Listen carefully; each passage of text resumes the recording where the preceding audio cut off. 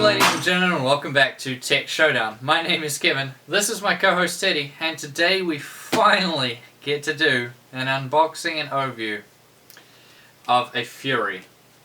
So this is the Asus Strix R9 Fury with their direct CU3 cooler. So sorry this has taken just so long to get one of these, but hey, we got there in the end. Oh, and this thing is a beast. I'm really excited to get into this one.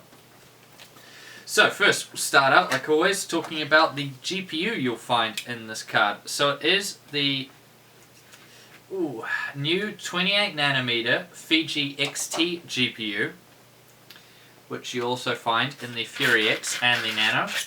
So that's GCN 1.2 architecture, and this one, the Fury is coming with a reference clock speed of 1000 MHz or 1 GHz compared to the 1050 MHz of the Fury X. Let's get this out. Man, this is heavy. Oh, look at that. Strix. Nice.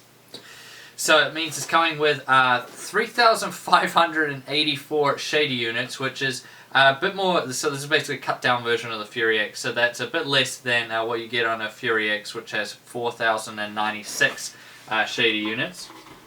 So we open up the box here. Oh. See, just nice accessory pack inside. Get into that.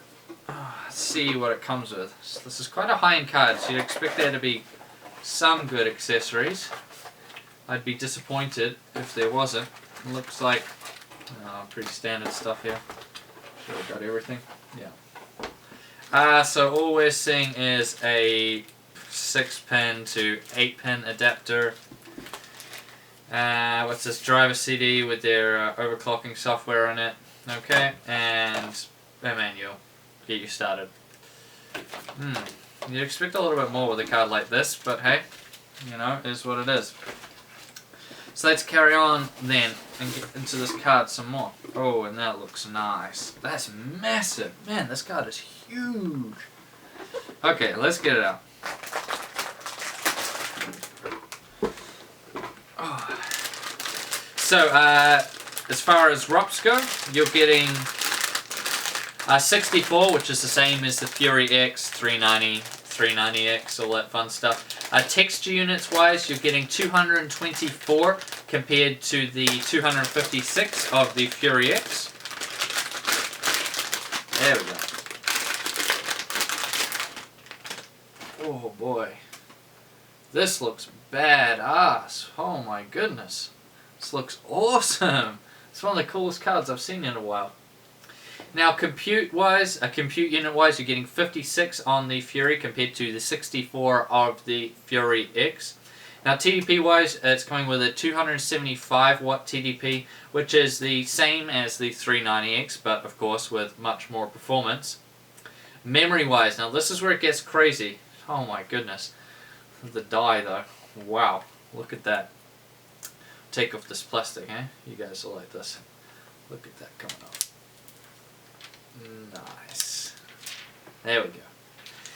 So memory wise, it's coming with 4 GB of HBM memory, the high bandwidth memory.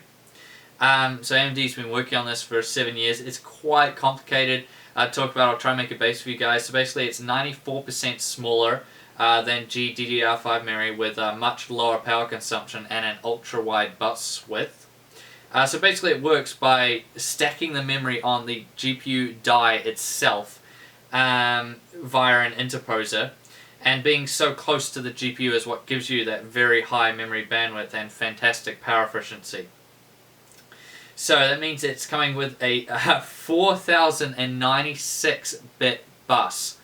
Wow. Compare that to the 390X, which has a 512-bit bus.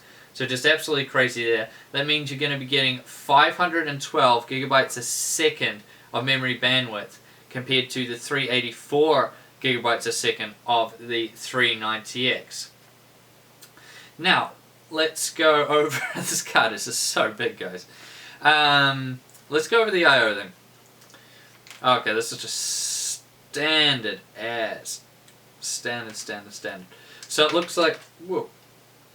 So it looks like you're going to be getting a triple DisplayPort. This is 1.2.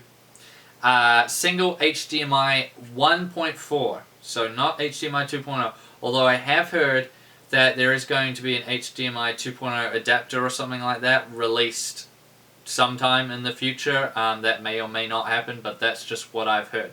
And a single DVI-D connection that is labeled as DVI-I.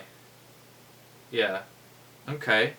That's really weird. I've never seen a mislabeled card before. Although it is just an I/O connection, but that's 100% DVI-D.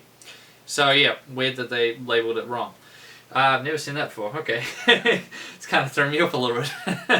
Okay, let's move over to power connection then. Alright, so this is taking two 8-pin power connectors, which is probably what I'd expect with a card that is just this massive. PCI Crossfire, I should say, is done through the PCI. You'll see no cross bridges up here, like how NVIDIA does it. So let's talk about the cooler now. So it obviously has this nice backplate on the back, which you like the cutout here, which looks really, really good. The PCB, the backplate extends far off the PCB ends all the way back here, so it's quite a bit extra added on.